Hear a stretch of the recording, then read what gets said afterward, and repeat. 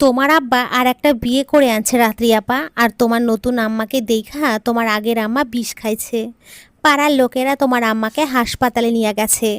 7 বছর বয়সী জুইয়ের মুখে এমন কথা শুনে রাত্রির পা দুটো থমকে গেল। স্কুল ব্যাগটা ধপাস করে মাটিতে পড়ে গেল। রাত্রি টলমলে পায়ে জুইয়ের কাঁধ দুটো খপ করে চেপে ধরে চিৎকার করে বলল, এসব কি বলছিস তুই? জুই ভয় পেয়ে ফ্যাল ফ্যাল করে তাকিয়ে রইল রাত্রির দিকে। ছোট ছোট চোখে জল টলমল করছে। সে আবার অস্পষ্ট স্বরে বলল, রাত্রি আপা, তোমার আম্মা খুব বমি করছিল, মুখ দিয়ে ফেনা বেরোচ্ছিল। রাত্রি জুইয়ের কাঁধ থেকে হাতটা সরিয়ে দিয়ে অস্ফুটন স্বরে বলল, আব্বা আর একটা বিয়া করে আনছে আর আম্মা বিষ খাইছে? রাত্রি আপা, আসো, তোমার আম্মার ঘরে আসো, দেখো বিষের বোতল পইরা আছে। ছোট জুইয়ের কথা শুনে রাত্রি জুইকে নিয়ে তার মায়ের ঘরে গেল। গিয়ে দেখে জুই সত্যিই বলেছে, বালিশের পাশে ছোট্ট একটা পয়জনের বোতল পড়ে আছে। সারা ঘরময় বিদঘুটে গন্ধ ছড়িয়ে পড়েছে। মেঝেতে আম্মা বমি করেছে, সেগুলো এখনও কেউ পরিষ্কার করেনি। রাত্রি কাপা কাপা হাতে বোতলটা তুলে নিতে যেতে জুই বাধা দিয়ে বলল, রাত্রি আপা, ওই বোতলে হাত দিতে নিষেধ করেছে আমার আম্মা। কান্না জড়িত কণ্ঠে রাত্রি বলল, কেন তোর আম্মা এই বোতলে হাত দিতে নিষেধ করেছে জুই? ওই বোতলে হাত দিলে পুলিশে এসে ধরে নিয়ে যাবে আপা। জুইয়ের বারণ না মেনে আমি সেদিন ওই পয়জনের বোতলটা হাতে নিয়েছিলাম। সিপি খুলে দেখি বোতল খালি, আমার সব খেয়ে নিয়েছে। ভালোবাসার মানুষকে অন্য কারোর সাথে সহ্য করার ক্ষমতা হয়তো আমার ছিল না, তাই সবটা খেয়ে নিয়েছে। একটু পরে অ্যাম্বুলেন্সের শব্দ শুনে বোতলটা রেখে দৌড়ে বাইরে গেলাম। গিয়ে দেখি কয়েকজন মহিলা আম্মাকে অ্যাম্বুলেন্স থেকে নামাচ্ছে। আব্বাও আছে সেখানে। আব্বাকে দেখে আমার প্রচুর রাগ হয়েছিল সেদিন, কিন্তু আমার মৃতদেহ সামনে রেখে কিছু বলিনি। দৌড়ে গিয়ে আমার মুখের কাপড় সরাতেই আমার মুখটা ভেসে উঠল। আমি এক মনে সেদিন আম্মাকে দেখেছিলাম আর বলেছিলাম, আম্মা, কেন তুমি মরতে গেলে? একবারও কি আমার কথা ভাবলে না? কিন্তু আম্মা কোনো উত্তর দেয়নি। জুইয়ের মা চাচি আমাকে আম্মার কাছ থেকে সরে নিয়ে যেতে চাইলে আমি গেলাম না। সব আত্মীয় স্বজন আমার পাশে এসে বসলো, মাথায় হাত রেখে বলল, এই মাইয়াটার কি হইবে? মাইয়াটা কার কাছে থাকবে? বড় খালা আদর করে আম্মার কাছ থেকে তুলে নিয়ে গেল আমাকে। ঘরে এসে আমার সব কাপড় গুছিয়ে নিল খালা। আমি বললাম, আম্মাকে ছাড়া আমি কোথাও যেতে পারবো না খালা। কিন্তু খালা আমার কথা শুনল না। আমার দাফন সম্পন্ন হওয়ার সাথে সাথেই আমাকে নিয়ে শহরে চলে এলো। চিরচেনা সেই গ্রাম ছেড়ে শহরে এসে মানসিকভাবে আরও বেশি অস্বস্তি বোধ করছিলাম। একদিন খালা আমাকে স্কুলে নিয়ে গিয়ে ক্লাস 9-এ ভর্তি করিয়ে দিল। এই স্কুলে আমাকে একদম ভালো লাগতো না। এখানে আমার পরিচিত কোনো বন্ধু ছিল না। স্কুলের নাম করে রোজ রোজ নিহাল ভাইয়ার ভার্সিটিতে যাইতাম। কেন যাইতাম নিজেও জানি না। একদিন নিহাল ভাইয়া আমাকে হাতে নাতে ধরে ফেলে। পুরো ভার্সিটির সবার সামনে গালে কষে একটা থাপ্পড় মেরে বাড়িতে নিয়ে এলো। দেখো, তোমার আদরের ভাগ্নি স্কুলে না গিয়ে ভার্সিটিতে গেছে। খালা দৌড়ে এসে আমার গালে হাত রেখে বলল, তাই বলে মেয়েটাকে এভাবে মারবি তুই? শক্তি খুব বেড়ে গেছে তাই না? মা মরা মেয়েটাকে পেয়ে যা ইচ্ছা তাই করবি, আর আমি চেয়ে চেয়ে দেখবো? এই বলে খালা নিহাল ভাইয়ার গালেও একটা চড় মেরে দিল। আমি মিটিমিটি করে হাসতে লাগলাম। নিহাল ভাইয়া আমার হাসি দেখে দাঁত কটমট করতে করতে চলে গেল। রাতে আমি সিরিয়াল দেখছিলাম। হঠাৎ নিহাল ভাইয়া আমাকে ডাক দিল, রাত্রি, এদিকে একটু আয় তো। ভেবেছিলাম আবার হয়তো মারবে, নয়তো বকবে, তাই ভয়ে ভয়ে নিহাল ভাইয়ার কাছে গিয়ে দাঁড়ালাম। আমার হাত ধরে বলল, ক্ষমা করে দিস রাত্রি, তখন রাগের মাথায় তোকে চড় মারা একদমই ঠিক হয়নি রে। আমি বললাম, আচ্ছা ঠিক আছে, কিন্তু পরবর্তীতে যদি এমন হয় তাহলে আর ক্ষমা করব না কিন্তু। নিহাল ভাইয়া মুচকি এসে বলল, কাল রমনা পার্কে যাবি? আমি খুশিতে আত্মহারা হয়ে বললাম, যাব। তুমি আমাকে নিয়ে যাবে? নিহাল ভাইয়া আমার দিকে একটা শাড়ি এগিয়ে দিয়ে বলল, কালকে বিকেলে এটা পরে রেডি হয়ে থাকবি। সেই রাতে আমার আর ঘুম এলো না দুই চোখে। সারা রাত নির্ঘুম কাটিয়ে দিলাম। মনের মতো শুধু নিহাল ভাইয়ার হাসি মাখা মুখ ভেসে উঠছে। রাত 12টায় উঠে গিয়ে নিহাল ভাইয়ার দেওয়া শাড়িটা বের করে আরও একবার দেখলাম। নীল রঙের শাড়ি, জীবনে প্রথম কেউ আমাকে শাড়ি দিয়েছে। এটা ভেবে মুচকি হেসে শাড়িটা আবার যথাস্থানে রেখে শুয়ে পড়লাম। সকালে খালা বলল, রাত্রি স্কুলে যাবি না? আমি বললাম, না, সেদিন আর কোথাও যাইতে মন চাইলো না। শুধু বিকেল হওয়ার জন্য অপেক্ষা করলাম, কিন্তু সময় কিছুতেই যাচ্ছিল না আমার। বারবার ঘড়ি দেখছি, আমার যেন আর তর সইছে না। কখন নিহাল ভাইয়ার সাথে রমনা পার্কে যাব। আচ্ছা, নিহাল ভাইয়া কি আমার হাত ধরে ঘুরবে? তার হাতের ছোঁয়ায় আমার হাতের আঙুলগুলো যখন শিহরিত হবে, তখন কি আমি ঠিকঠাক কথা বলতে পারবো? কল্পনাগুলো আমাকে আরও গভীরে নিয়ে যাচ্ছিল। আচ্ছা, নিহাল ভাইয়া কি আমাকে ফুচকা খেতেও নিয়ে যাবে? আর 10টা সাধারণ প্রেমিকের মতো সেও কি একটা ফুচকা তুলে আমার মুখের সামনে ধরবে? তার চোখের দিকে তাকিয়ে সেই ফুচকাটা খাওয়ার মুহূর্তটা কেমন হবে? ভাবতে আমার গাল দুটো লজ্জায় গরম হয়ে উঠছিল। এসব ভাবতে ভাবতেই দুপুর হয়ে এলো।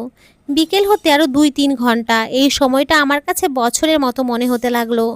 সময় কাটছে না দেখে টিভি চালু করে দিলাম। টিভি চালু করতেই দেখলাম নিহাল ভাইয়ের কলেজের একটা মেয়ে সুসাইড করতে গিয়েছিল, কিন্তু কেউ একজন দেখে ফেলার জন্য মেয়েটা বেঁচে গিয়েছে। মেয়েটার জন্য আমার বড্ড বেশি মায়া হলো। নিউজ শেষ হতেই আমি চ্যানেল পাল্টালাম। দেখি সব চ্যানেলে একই নিউজ, একই জিনিস বারবার দেখতে আমার ভালো লাগে না। তাই টিভিটা বন্ধ করে দিয়ে নিহাল ভাইয়ার দেওয়া শাড়িটা পরে নিলাম। ছিমছাম করে সাজলাম। কড়া সাজ আমার পছন্দ নয়। আমাকে সাজতে দেখে খালা এসে বলল, শাড়িটা পছন্দ হয়েছে রাত্রি? আমি হাসি মুখে বললাম, খালা, খুব পছন্দ হয়েছে।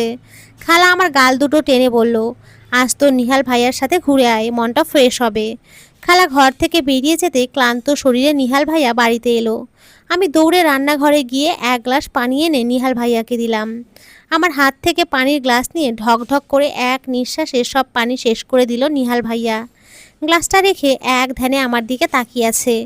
নিহাল ভাইয়াকে অমন করে তাকিয়ে থাকতে দেখে আমার ভীষণ লজ্জা হলো। ওখানে আর এক মুহূর্ত থাকতে ইচ্ছে হলো না। দৌড়ে ঘরে চলে এলাম। নিজেকে আরও একবার আয়নায় দেখলাম। তারপর হাত ভর্তি চুড়ি পরে বাইরে আসতেই দেখি দরজার সামনে দাঁড়িয়ে আছে নিহাল ভাইয়া। আমাকে দেখে বলল, চল। ভাইয়ার পেছন পেছন হেঁটে এলাম রাস্তা পর্যন্ত। তারপর একটা রিকশায় উঠলাম। রিকশায় উঠতে গিয়ে আরও একটা বিপত্তি ঘটে গেল। আমি কিছুতে নিহাল ভাইয়ার পাশে বসতে চাইলাম না। রাত থেকে যার কথা ভাবলাম, যাকে কল্পনা করে সারাটা দিন কাটিয়ে দিলাম, আর যখন সে কাছে এলো তখন লজ্জাবতীর পাতার মতো নুইয়ে গেলাম। কিন্তু লাভ হলো না। শেষ পর্যন্ত নিহাল ভাইয়ার পাশে বসতেই হলো। ভাইয়ার পাশে বসতেই ভাইয়ার গা থেকে মাতাল করা একটা গন্ধ আমাকে পাগল করে দিল। কিন্তু জড়তা কিছুতেই কাটলো না। হাত পা হালকা করে কাঁপছে। আমার এমন অবস্থা দেখে নিহাল ভাইয়া বলল, কাঁপাকাঁপি বন্ধ কর রাত্রি। সেদিন সারা বিকেল নিহাল ভাইয়ার সাথে ঘুরলাম। মা মারা যাওয়ার পর আজ একটু ভালো লাগলো। মায়ের অভাব কোনো কিছুতে পূর্ণ করা সম্ভব নয়। তবুও নিহাল ভাইয়ার সাথে ঘুরে মনটা কিছুটা ফ্রেশ হয়ে গেল। ভাইয়া আমাকে বোঝালো, নিয়মিত স্কুলে যেতে হবে, ভালোভাবে পড়াশোনা করতে হবে, নিজের পায়ে দাঁড়াতে হবে। ভাইয়ার কথায় আমি শুধু মাথা নেড়ে গেলাম। এরপর থেকে পড়াশোনায় মনোযোগী হতে শুরু করলাম। নিয়মিত স্কুলে গেলাম। পরীক্ষায় ভালো রেজাল্ট করলাম। 9 থেকে 10-এ, তারপর কলেজের গণ্ডি পেরিয়ে ভার্সিটিতে ভর্তি হলাম। মাঝে মাঝে ভাইয়া আমাকে নিয়ে ঘুরতে বের হতো। মাঝে মাঝে আবার খালার সাথে ঘুরতে যেতাম। কয়েক বছর পর হঠাৎ খবর এলো আব্বা অসুস্থ। খালার সাথে গ্রামে গিয়ে দেখি আব্বা সেই সৎ মায়ের হাতে নিগৃহীত হচ্ছেন। সেই মহিলা এখন অন্য লোকের সাথে ঘর করছে, আর আব্বা ঘরের এক কোণে পড়ে ধুঁকছেন। আমার সেই অভিশাপ যেন সত্যি হয়েছে। আব্বাকে দেখে ঘৃণা হওয়ার কথা ছিল, কিন্তু কেন জানি সেদিন মানুষটাকে দেখে শুধুই কষ্ট হলো। তাই থেকে গেলাম মধুপুর গ্রামে। কয়েকটা দিন থেকে আবার চলে যাব শহরে। গ্রামে আসার পর জীবনের ছন্দটা যেন হুট করে বদলে গেল। প্রথম দিন নিহাল ভাইয়ার সাথে কথা হলো, কিন্তু তারপর থেকে ফোন বন্ধ। শহরে থাকতে যেই মানুষটার সাথে দিনের অর্ধেকটা সময় খুনসুটিতে কাটতো, গ্রামে এসে সেই নিহাল ভাইয়া যেন একদমই অচেনা এক জগতের বাসিন্দা হয়ে গেলেন। কোনো যোগাযোগ নেই, নেই আগের মতো সেই অকারণে ঘোরাঘুরি। নিস্তব্ধ দুপুরগুলোতে যখন চারপাশ খাখা করে, তখন নিহাল ভাইয়ার অভাবটা বড্ড বেশি টের পাই। বুকের ভেতরটা কেমন যেন হু হু করে ওঠে। মনে হয় একটা বিশাল শূন্যতা আমাকে ঘিরে ধরেছে। কোনো কিছুতেই মন বসে না। এক অদ্ভুত বিষণ্ণতা সারাদিন ছায়ার মতো পিছু লেগে থাকতো। বুকের ভেতরটা সারাক্ষণ এক অবাক্ত যন্ত্রণায় দুমড়ে মুচড়ে যায়। নিহাল ভাইয়ের স্মৃতিগুলো এখন বিষাক্ত তীরের মতো বিচ্ছে কলিজায়। একদিন আননোন নাম্বার থেকে ফোন এলো। দৌড়ে গিয়ে ফোন রিসিভ করতেই ওপাশ থেকে নিহাল ভাইয়ের কণ্ঠ শোনার সাথে সাথেই আমার মরুভূমির মতো ফেটে চৌচির হয়ে যাওয়া কলিজায় যেন হঠাৎ এক পশলা বৃষ্টির ছোঁয়া লাগলো। কয়েক সেকেন্ডের জন্য পৃথিবীটা থেমে গেল। যে শূন্যতায় আমি এতদিন ডুবেছিলাম, সেখানে মুহূর্তে আছড়ে পড়ল এক বিশাল সমুদ্রের উত্তাল জোয়ার। বুকের ভেতরটা এতক্ষণ পাথরের মতো ভারী হয়েছিল, কিন্তু তার কণ্ঠস্বর শোনা মাত্রই সেই পাথর গলে জল হয়ে দু চোখ দিয়ে নামতে চাইল। মনের কোণে জমে থাকা সবটুকু অভিমান এক লহমায় ধুয়ে মুছে গেল। মনে হলো এই একটি ফোন কল যেন আমার মৃত পায়ে অস্তিত্বে আবার প্রাণের স্পন্দন ফিরিয়ে দিল। মরুভূমির তপ্ত বালুতে দাঁড়িয়ে থাকা এক তৃষ্ণার্ত পথিক যেন হঠাৎ এক শীতল সমুদ্রের মোহনায় এসে দাঁড়িয়েছে। ভাইয়া বলল, আজ রাতে সে নাকি আমাদের গ্রামে আসবে আর কয়েকদিন থাকবে। তারপর ফোন কেটে দিল। মনের ভেতর যে আনন্দ আর উত্তেজনার ঢেউ আছড়ে পড়েছিল তা সামলাতে না পেরে আমি যেন এক অদ্ভুত ঘোরে সারা বাড়ি মুছতে শুরু করলাম। প্রতিটি কোণা ঘষে ঘষে পরিষ্কার করছিলাম, যেন বাড়ির ধূলিকণার সাথে সাথে আমার মনের সব ধুলো জমা বিষণ্ণতাও মুছে ফেলছি।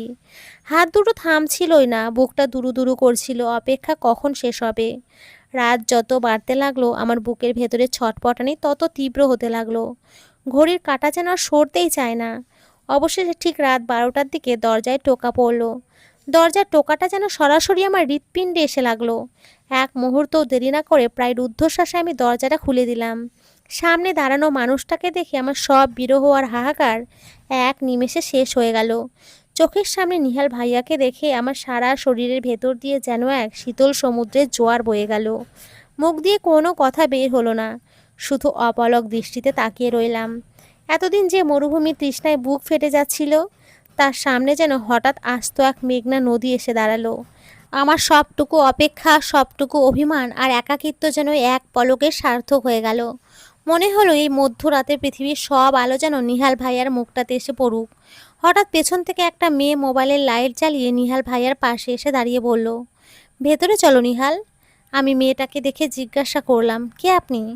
পাশ থেকে নিহাল ভাইয়া উত্তর দিল, এটা তোর ভাবি। রাত্রির মনে হলো মাথার উপরের আকাশটা হঠাৎ ভেঙে চুরমার হয়ে তার বুকের উপরে আছড়ে পড়ল। চারপাশে নিস্তব্ধ গ্রাম্য রাতটা যেন এক নিমেষে জ্যান্ত কবর হয়ে তাকে গিলে ফেলল।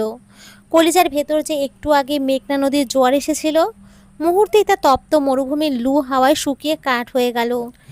মেয়েটির পরনে লাল রঙের দামি জামদানি, কপালে বড় একটা লাল টিপ। নিহাল ভাইয়ার কাঁধের ওপরে খুব অধিকার নিয়ে হাত রেখে দাঁড়িয়ে আছে সে। নিহাল ভাইয়া আমার চোখের দিকে তাকাতে পারছে না। সে মাটির দিকে তাকিয়ে নির্বিকার গলায় বলল, ওর নাম মীরা, মাসখানেক আগে আমাদের বিয়ে হয়েছে। তোকে সারপ্রাইজ দেবো বলে জানানো হয়নি। সারপ্রাইজ শব্দটা রাত্রির কানে বিষাক্ত তীরের মতো বিঁধল। যে মানুষটাকে পাওয়ার কামনায় সে বছরের পর বছর নিজের ভেতরে একটা মন্দির গড়ে তুলেছিল, আজ সেই মন্দিরের বিগ্রহ নিজ হাতে কুড়াল দিয়ে তাকে কুপিয়ে শেষ করে দিল। রাত্রি টলমলে পায়ে 2 পা পিছিয়ে গেল। দরজার চৌকাঠটা খপ করে ধরে না ফেললে হয়তো সে ওখানে আছাড় খেয়ে পড়তো। ভেতরে ঘর থেকে অসুস্থ আব্বা খক খক করে কাশছেন। সেই কাশির শব্দ আর ঝিঝি পোকার ডাক মিলেমিশে এক নারকীয় আবহাওয়া তৈরি করলো। মীরা হাসি মুখে বলল, তুমিই বুঝে রাত্রি? নিহাল তোমার কথা অনেক বলেছে, খুব সুইট তো তুমি। রাত্রির ইচ্ছে করলো চিৎকার করে বলতে, হ্যাঁ আমি সেই রাত্রি যাকে নিয়ে নিহাল ভাইয়া রমনা পার্কে ঘুরেছিল। আমি সেই রাত্রি যার নীল শাড়ি পরা দেখে নিহাল ভাইয়া এক দৃষ্টে তাকিয়েছিল। আমি সেই রাত্রি যাকে নিহাল ভাইয়া নিজের পায়ে দাঁড়ানোর স্বপ্ন দেখিয়েছিল। কিন্তু গলা দিয়ে কোনো শব্দ বের হলো না। কলিজাটা যেন কেউ জ্যান্ত অবস্থায় ছিঁড়ে নিয়ে যাচ্ছে। নিহাল ভাইয়া ঘরে ঢুকে ব্যাগটা মেঝেতে রাখলো। তারপর খুব স্বাভাবিক স্বরে বলল, মীরা আমার ভার্সিটির ফ্রেন্ড। আমরা একে অপরকে পছন্দ করতাম 3 বছর ধরে। পছন্দ করতো অনেক দিন ধরে? তাহলে সেই বিকেলগুলো কি ছিল? সেই রিকশায় পাশাপাশি বসা, সেই চর মারার পর মায়াবী গলায় ক্ষমা চাওয়া, সব কি তবে অভিনয় ছিল?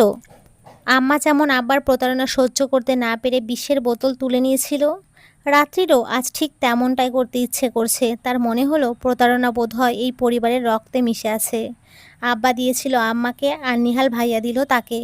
আবার মনের কোণে ছোট্ট একটি ধাক্কা খেলো, নিহাল তো কখনো তাকে ভালোবাসি বলেইনি। সারা রাত রাত্রি এক ফোঁটাও ঘুমোতে পারল না। পাশের ঘরে নিহাল ভাইয়া আর তার নতুন বউয়ের ফিসফাস হাসির শব্দ দেয়াল ফুঁড়ে তার কানে কানে আসছিল। প্রতিটি হাসির শব্দ যেন রাত্রির বুকে এক একটা পেরেক ঠুকছিল। জানালার গ্রিল ধরে বাইরের অন্ধকারের দিকে তাকিয়ে সে ভাবল, ভালোবাসা কি তবে শুধুই একটা মরীচিকা? সকালে যখন সূর্য উঠল, রাত্রির চোখ দুটো রক্ত জবার মতো লাল হয়ে আছে। নিহাল ভাইয়া বারান্দায় বসে পেপার পড়ছে। রাত্রি ধীর পায়ে নিহাল ভাইয়ার সামনে গিয়ে দাঁড়ালো।